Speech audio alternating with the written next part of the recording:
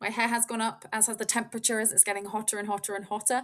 But the excitement is here. The changing economic world. So that's what this little summary is going to be on. The changing economic world, as I mentioned previously in the overview, is your second section. So this again links into your 35 marks. It links into your 35 minutes slash about 44 minutes, 45 minutes if you're an extra timer. It's not exact, so please don't panic about it. If you need reminders over timings, go back to the overview video, which was one of the first ones that hopefully you will have watched, because that'll go through it in more detail. So, what are we going to be talking about here? We're going to be talking about key terms. We're going to be talking about the UK as a whole. We're going to be talking about Nigeria as a whole. It's more to do with economic development within the countries, as opposed to just what's going on in this city, what's going on in that city, and such like. This section of the exam has the requirement for you to have a really good and deep geographical key terms understanding and theory understanding. So it's not just a case of you can waffle and say, oh, well, I think development's kind of this. You've got to go through and make sure, right, what do we mean by the terms like, I don't know, development as a generic term? What do we mean by measures of development? And this is where you've got to make sure that you understand things like GNI, so gross national income, things like GNI per head or per capita, things like life expectancy, birth rate, death rate, natural increase, infant mortality rate, all of those ones. But it's not just a case of saying, oh, yes, infant mortality rate is the number of children who die. It's a case of being precise. So when you say infant mortality rate, you're saying things like the number of babies below the age of 1 who die per 1,000 per year. Okay, so you've got to make sure that you've got those key terms linked in. We noticed with paper 1 there are an awful lot of single mark questions or single mark answers where you just had to shade in that little box to say what you thought the answer was. We have no idea if they're going to do that again with paper 2, but they could well do. So make sure that you are really up on your key terms and up on your key terminology. Understand what they are, understand what they mean, but also be aware of their limitations. So things like the individual development indicators, the ones that we've just spoken about, are great, but they only look at one element. Hopefully you're going, oh yes, but miss, it's okay because we've got HDI, so Human Development Index, that looks at 3 specific areas. So it's the composite index. It's the idea that we're looking at money, we're looking at schooling, we're looking at life expectancy, that kind of thing. So therefore, why is that potentially better than an individual development measure? And just kind of have a think through in your head. Could you answer that question if they started talking to you about it? Or not? And if the answer is no, I would suggest that you go back and have a look at it. Linked into that again, things like different levels of development. We all know that there are richer countries and that there are poorer countries, but we also know that are likely go slightly mad if you refer to them as rich and poor countries.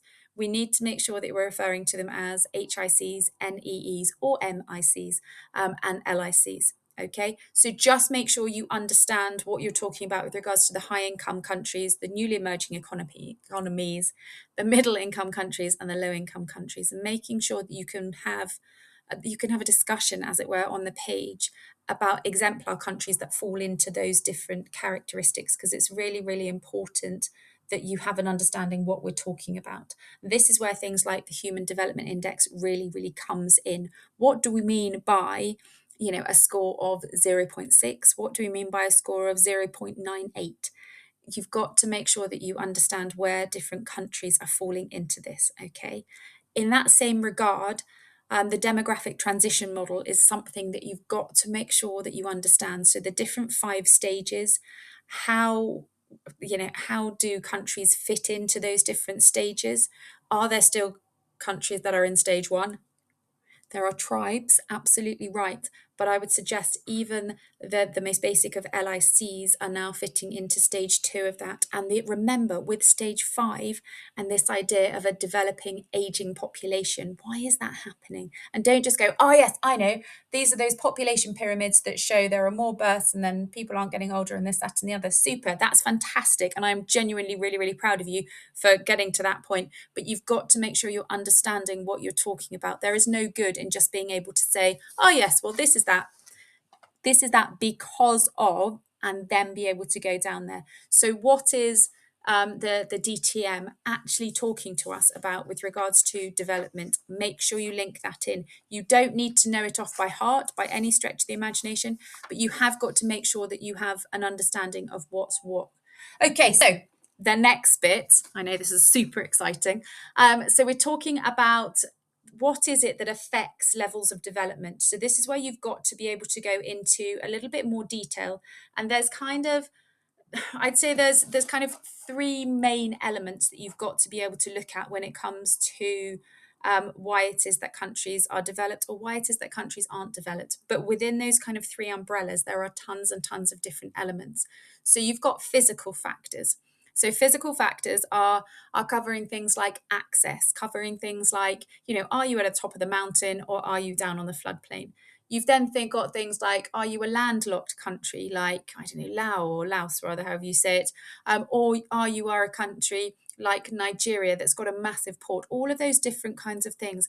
Anything that might impact on you developing. Have you got fantastically fertile soils or have you got soil that's absolutely appalling? Have you got raw materials or don't? They're all physical factors. So factors essentially from the land that we're not going to be able to change.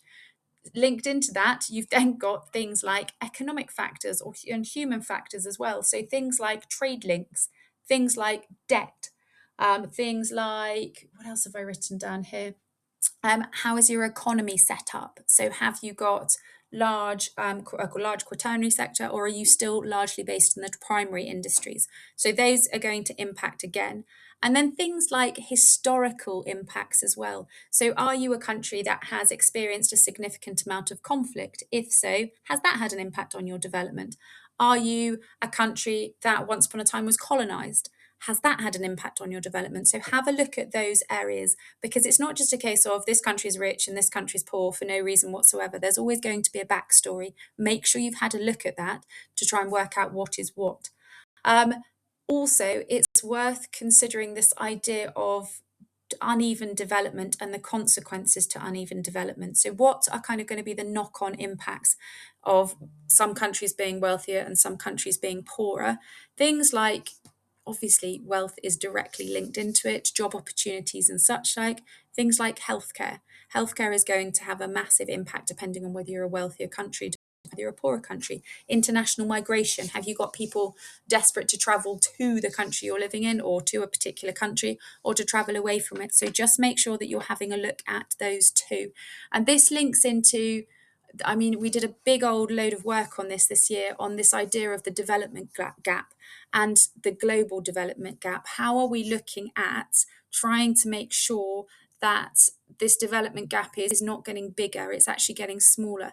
And things like, we even did a revision session on this, hopefully you remember, things like investment, things like aid, things like fair trade, intermediate technologies are going to be lots of them. I've got so many notes written down here. Microfinance loans is another one. What else have I got? Industrial development, debt relief. Don't just be able to list them. You've got to be able to make sure that you can say, this is one of my ideas, which means this, and an example is this. So you've got to be able to go through this quite systematically and help in that. Also, do not forget tourism. Okay, so make sure you link in how it is that tourism can help with this development gap. So the development gap and reducing the development gap is this idea that we are trying to make that difference between wealthier countries and poorer countries smaller. And if we can't make it smaller, then just not allowing it to grow anymore by lots of different means. So tourism really is something that can massively help. once you've kind of been through all of those generic elements, you're then going to need to go back to have a look at your case studies. So the case studies, as I've already mentioned very briefly here, we're looking at Nigeria as a country, and we're looking at London as a country. And it's really, really important that you differentiate between the country questions that you're going to get in section B and the city questions that you're going to get in section A. So we're talking about the country questions. So for example, with Nigeria, how does Nigeria work with regards to its population structure? We know, hopefully, that you've got a large proportion of people in Nigeria are living in the south of the country, where it's more urbanized, whereas you've got a relatively speaking, lower proportion in the northern parts, which is much more rural. There is a direct link between the levels of development in Nigeria and where people live. So if you remember, again, I know this is a while ago, think about agriculture in northern Nigeria. Think about the way that the industry works in Nigeria. So the idea that it's predominantly agriculture in the north, whereas it's a whole range of different examples in the south. But you need to look at that. You also need to look at this idea of transnational corporations. How and why is it that companies rather are interested in working with Nigeria in Nigeria? Shell is your big case study here. I gave you that outline sheet, if you remember, with all of the information jam-packed full of the pros and cons of TNCs in Nigeria, and particular Shell. Make sure you have a look through that. You also need to have a look at and consider the relationship between Nigeria and the wider world. So what is it that means that people are suggesting that Nigeria is an ever increasing global, or of ever increasing global importance? So have a think about that, the relationships between different governments, who is trading what and why. Linked into that, you've got to have an understand, specifically linked into Nigeria, about the type of assistance, I suppose I would say, that they are getting. So things like long-term aid, things like short-term aid, things like bottom-up projects, and top-down projects that are currently taking place in Nigeria. So just make sure, again, it's not too generic.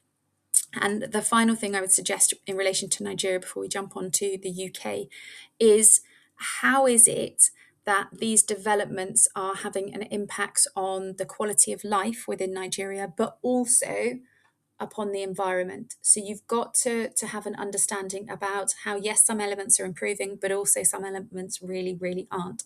Okay, shift on to the UK.